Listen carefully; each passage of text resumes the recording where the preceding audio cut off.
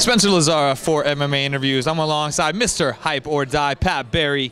Man, everybody? You said the first guy to go for a takedown loses, and you were right. Guy goes for a takedown loses, man. That was kickboxer code. You've got to stay standing, but at the same time, that was pre-fight. I know that I was all in the zone. Survival of the fittest is, survival. That's what has to happen. I've said many times before, if you punch me in the head hard enough, I'm going to turn into an instant third-grade wrestler. Like, that's just what's going to happen. That's what has to happen. But, he did what he had to do in order to, come out on top. It just didn't turn out that way. Do you feel like that was his game plan to take you down, or do you feel like when he felt your power, that's when he was like, oh, I'm going to take this to the ground? I think that's everyone's game plan, whether they know it or not.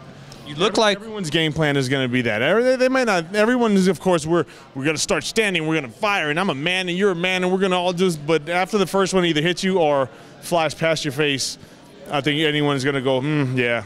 You look for a second like you were going to reach for an arm in guillotine there. I was expecting you to jump guard for a second. All right, I would like you to know. I know you just. I know you just went on with Trevor Whitman, and I love him. I love him to death. Where's he at? Where's he? He's way over there. As soon as I grabbed, did you see my face light up like, I can do this? And as soon as I got it, and Trevor's like, say right where the camera, right wherever you are, that's where they were. It was clear as day, like as if the cage wasn't, it wasn't even there. As soon as I grabbed it, I heard, let it go. And I was like, come on, man, why? He said, let it go. I was like, all right. So I let that go. Maybe a minute later, I had a Kimura for his left arm. And as I was reaching for it, I heard, no. I was like, damn it. That was two submissions that I possibly could have had, or maybe I would have gone for it, even though they all told me no. No faith, man. I could have.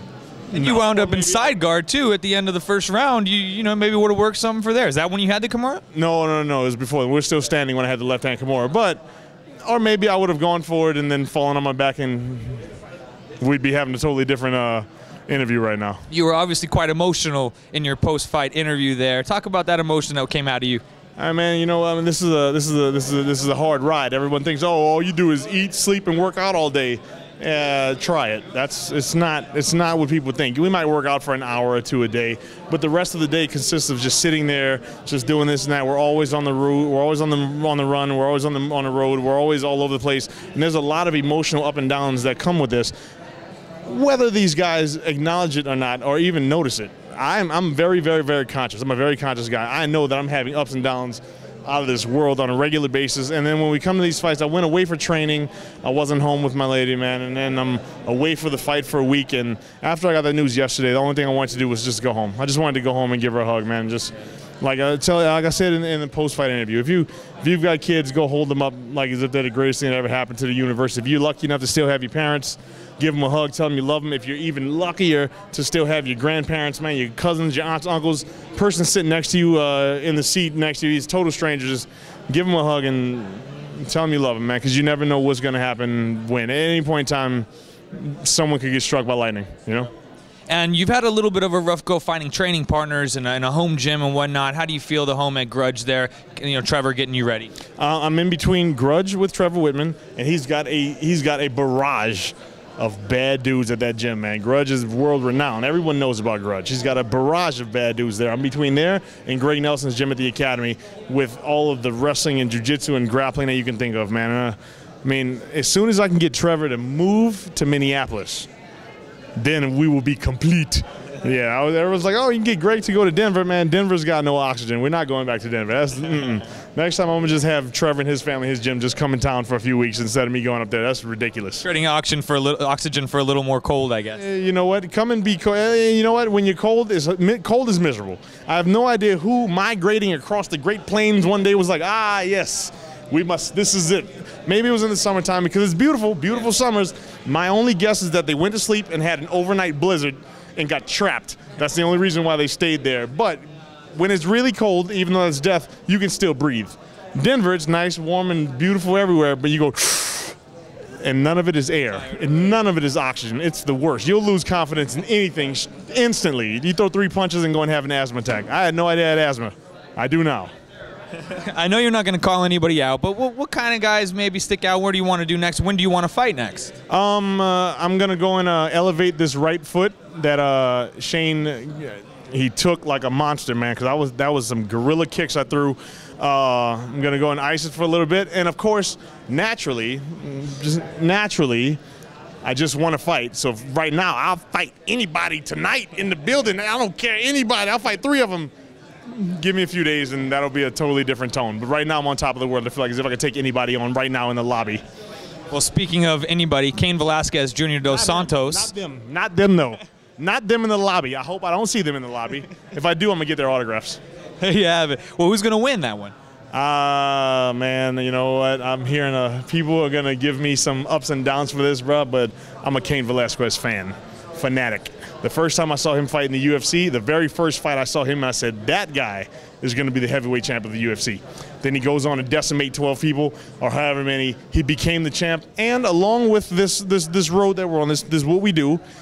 The more you do, the better you get, the higher, the more recognizable you get. You've got other obligations. It's not just about fighting anymore. We've got to do interviews. We've got to do appearances. We've got to travel around. So I would understand that he became the champ and then had a lot of other things that just came in, you know, and maybe practice kind of got pushed to the side just a pinch when he came out. I think he had an injury when he fought Junior the last time, when they fought, and he lost. And it happens. But if you remember the way he ate, not beat, ate Bigfoot. That was the horrible fight. I was sitting there going, "Oh God, stop the fight!" Like that was intimidating to watch. That was like old Mike Tyson, just I'm gonna eat your kids. Like that was the way he went at him and just did him with the furious like momentum that he brought into that fight. That right there, that's gonna be tough to beat. Jose Aldo and Frankie Edgar. How about that one? I'm a Jose Aldo fan. I'm a Jose Aldo fan. He's faster than anybody. I'm not saying Frankie can't do it. Frankie could definitely win, but I'm a Jose Aldo fan for sure. All right, and until then he fights Eric Koch. That's your boy right there. Until he fights Eric Koch. When are we going to see him back in, or who's he going to get? I have no clue. I don't know what he's doing until he fights. When Jose Aldo's he's fighting Ricardo Lamas, I think. When he fights Eric Koch, that lefty is nasty. All right, and then GSP and Nick Diaz. Just give me a quick one on that, the last one. Man, that was tough, man. I love the Diaz brothers. I think the Diaz brothers are the realest dudes walking. I mean, I love the Diaz brothers, man. But then I don't know if Nick is fast enough to keep up with him. You know what I mean? Nick and Nate both, they have like this plotting pace, and they're going to kill you if you stand there. But if you don't stand there in front of them, they have difficult fights. GSP is not going to stand there and try to see how macho he is. He's going to fight this. This is a smart fight. Now, unless all of a sudden Nick's got this like this, he found another gear to switch into where he can speed up and sprint a little bit. I just don't know. That's tough, man. Because Nick can win this fight, guaranteed. I think that man. But if GSP doesn't stay in one spot, I don't see Nick winning. All right, close us out, Pat. You're the man. Go hug somebody. Call the person that you stole the muffin from in 3rd grade and tell them you're sorry and you love them and you miss them. And everybody keep your eyes open. I'm going to be throwing thunder. Everybody says I'm too small for heavyweight, but when I punch you in the head, all of a sudden I'm too big for heavyweight. I'm not going down. Pizza. You're not going anywhere. Pat Barry, Spencer Lazar, MMA Interviews.